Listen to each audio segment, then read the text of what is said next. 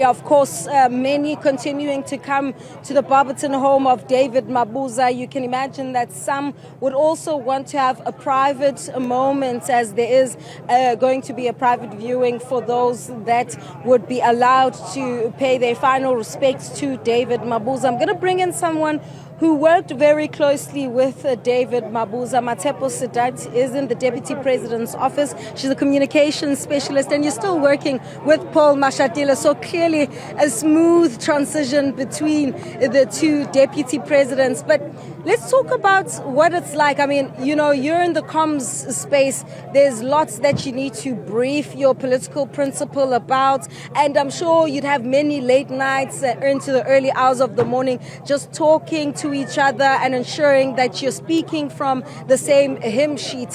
His calm demeanor has been reflected upon. Was that something that he kept when he was stressed? Oh my goodness, he was a very, very calm leader.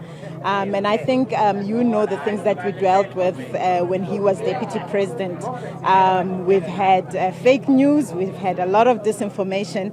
And whenever we were up in a storm, he would calmly respond and be very measured in how he responded to things. I think we panicked more than he did. And I think more importantly, he knew the perceptions. He just wanted us to communicate the work, which was more important to him than anything, that let the work speak for itself. And indeed, that's what we did mostly. Let the work speak for itself.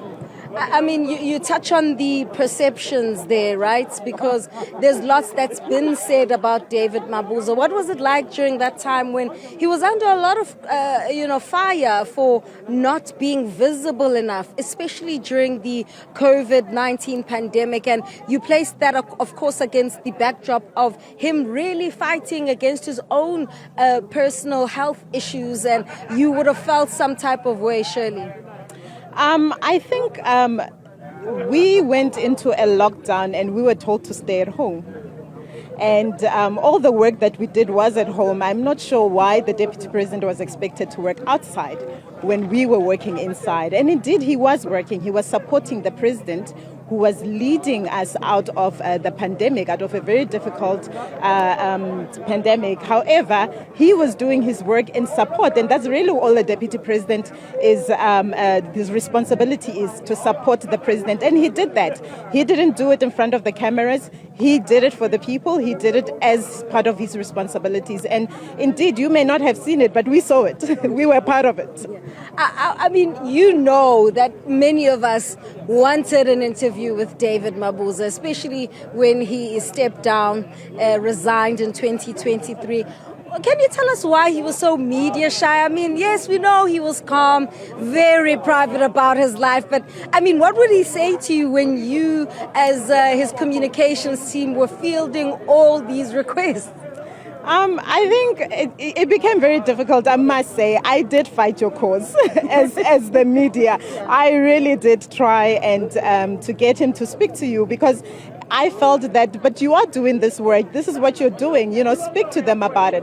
But I think we must look at things contextually. He is working, but with all of these perceptions, and you would want to focus on anything else except for the work. And that's why I think the mantra was, let the work speak for itself.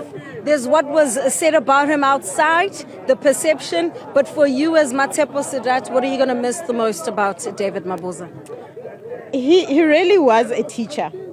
You would never interact with him and not learn anything. He taught me a lot about leadership. He taught me a lot about, being capable and really being respectful. I think he was never late for any engagement because he believed that you need to respect the people.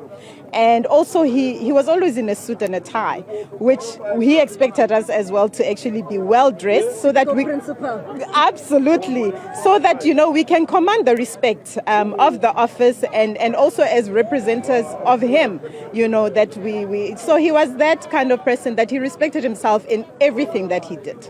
And your final word to the family as they spend this one last moment with Mabuza this evening? Firstly, I'd like to, say thank you that they borrowed as the deputy president, and we learned so much from him. But also condolences. Whenever we would do the work, the groundwork, before he arrives on any project, when he arrives, he would say something like, who's staying with the kids when you're like here? And well, he left his kids behind so that he can do the work. But he always recognized that as his team, we also had families that we left behind. And really condolences to them. And thank you to them for borrowing him to us. Matshepo Sedat would have worked very closely with David Mabuza in his comms team. She's still in the deputy president's office now, Paul Mashatile that is. But, you know, one of the key themes that is continuously reflected upon is how he was very strict and disciplined when it came to time. And of course, as Sedat is reflecting, always in a suit and tie, typical principal behavior, strict and commanding and leading those who were always around him.